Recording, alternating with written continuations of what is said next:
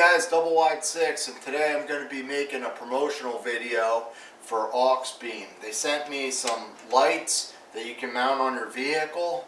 I actually plow with this truck and I need some reverse lights, so that's what this project will be on.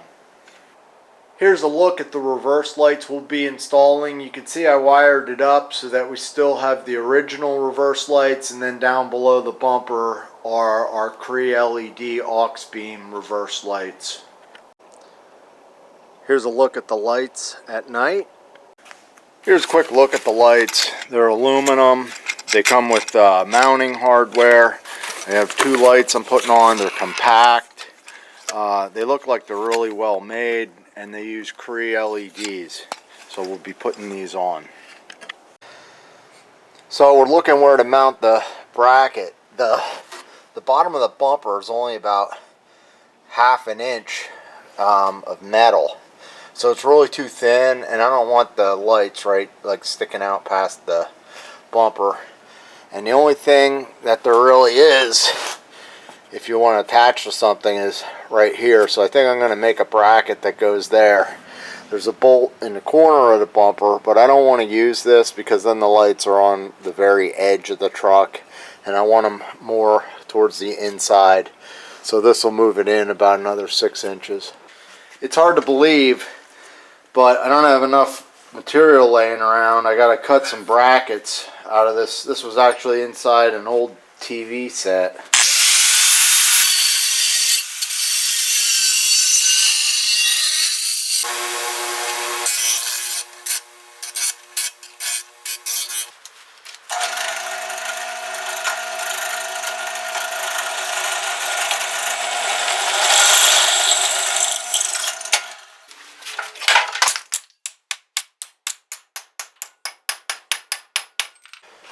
Alright, so I didn't want to make the bracket too difficult. I've done jobs like this, and I spent a lot of time playing around getting brackets right, so I tried to make it as easy as possible. So I just bent an L. It's going to hook onto an existing screw or bolt, so I'll show you that. And I put this extra bend on here just because it was a little bit long, and I wanted to leave, I left it on there and bent it to help keep the metal rigid. And basically you take the light and you can mount that on there, and the way they're mounted is you can slide the light however you want and mount it like that. So that should hold pretty nice, I believe. Alright guys, we're going to be doing a little bit of electrical, so before we do anything, we're going to disconnect the negative off the battery. So there's a couple different ways that you can wire this up. Aux beam was nice enough to send me their wiring harness, and this includes a 30 amp fuse and a relay. And I was going to use this, and I was basically just going to run this from my car battery and then back to the reverse lights that are already on the truck, and have the reverse lights, when they come on, wire them into the relay, and then the relay coming out of that would go to the aux beam auxiliary reverse lights. But I ended up looking at my hitch connection, my wiring harness in the back, and I realized I already had power back there, so I decided I can just hook it right up to there. So I'll show you how I'm going to do that. And I'm not going to need the wiring harness, and it's going to make this whole installation a lot easier. So here's what I have on the back of the truck, and I thought, geez, this is nice. They give you the wiring diagram right on here. And that center pin, if you can see it on there, according to what it says here, that's my backup lamps. So when there's power coming to the center of that, there's power going to my backup lamps. Unfortunately, because of the way this thing's designed, I can't really tell which one of these leads goes to the center. So I'm just going to take my ohm meter and check it out. So I set my meter to ohms, or continuity, sorry, and I can touch all these posts, and only one of them is going to make continuity, and it's this one here. And there's a little, you won't be able to see it, there's a little number 3 in there. So I know that wire number 3 is the wire that we want to work with. Alright guys, after taking a close look, I can see that the white wire on here actually is going to be our reverse light wire. And I double checked it with my meter. I put the car, actually the truck, in number 2 with the key, and I shifted it into reverse, and my reverse lights lit up. So I double checked and we're good. So basically what we're going to do is connect to the white wire. So we'll just go through this wire harness a little bit, and we should be able to slip these wires out. And this is nice. By pulling this out of the bumper here, I can work on this from the back side of the truck rather than underneath. So I'm going to be using some pre-insulated 16 gauge wire to run under the bumper.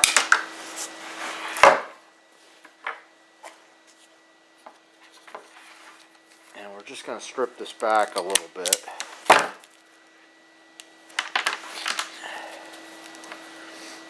That should be good.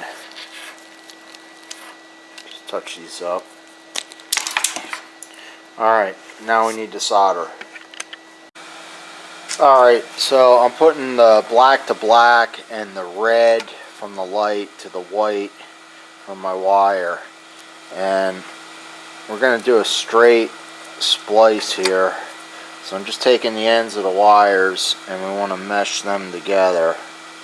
Just kind of work them in there so that they split a little bit. And we'll twist those, and we're just going to go ahead, solder, and heat shrink.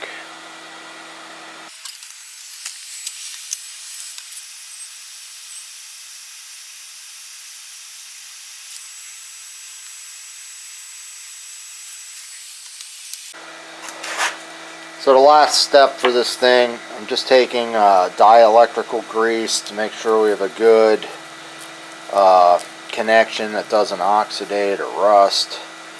And we're taking some heat shrink tube. I have these pre-cut from my little warehouse supply thing. I think we're going to have to heat these up and then push on the yellow heat shrink. And we don't want to get it too hot because we don't want to melt the solder inside. And we're going to come back over this thing and seal it up with a black longer piece of heat shrink tubing, and we'll shrink that down. So everything's soldered up and it looks real good and professional. And if you're interested in the aux beam lights or any of the supplies and tools I'm using, please check out the description. I'll list different links to each of the tools and supplies that I used in today's project. Alright guys, so I just wanted to point out about these lights that this bracket on here can slide either way. You can adjust it, you can put it in the center. So if your bracket's off a little, you can make up for that. So that's pretty nice. I noticed that both lights, I have like a right and left light, the wire comes out on the left side of each light.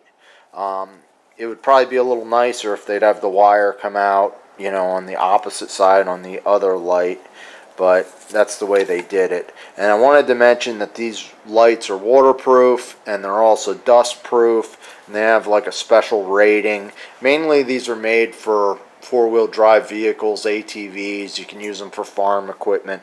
They're super bright. Like I said, they're the Cree LEDs, and I think they run from a range of about 12 volts DC up to 24. So I will list these in the description if you're interested in them. But I don't do videos for every company that asks me to, but this product does look pretty good, so I'm happy to do it for them. So one last thing before we put this on the truck, we're going to test it out. And I'm just using my computer power supply. I got it set up at 12 volts, and that is a very bright light.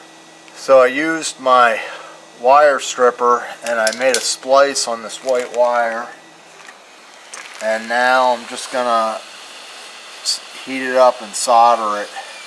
Alright, so as you can see, I took the white hot wire and I didn't want to take the ground right out of the trailer connection, so I just grounded it onto the hitch, and you can see I ground away some paint to get a nice ground connection.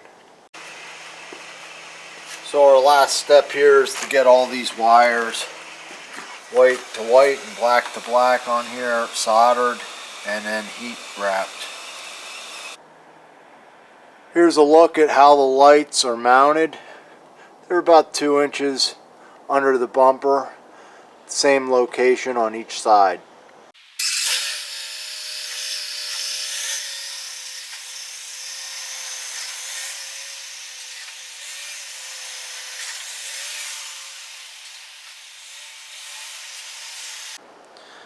There's a good look at the lights at night.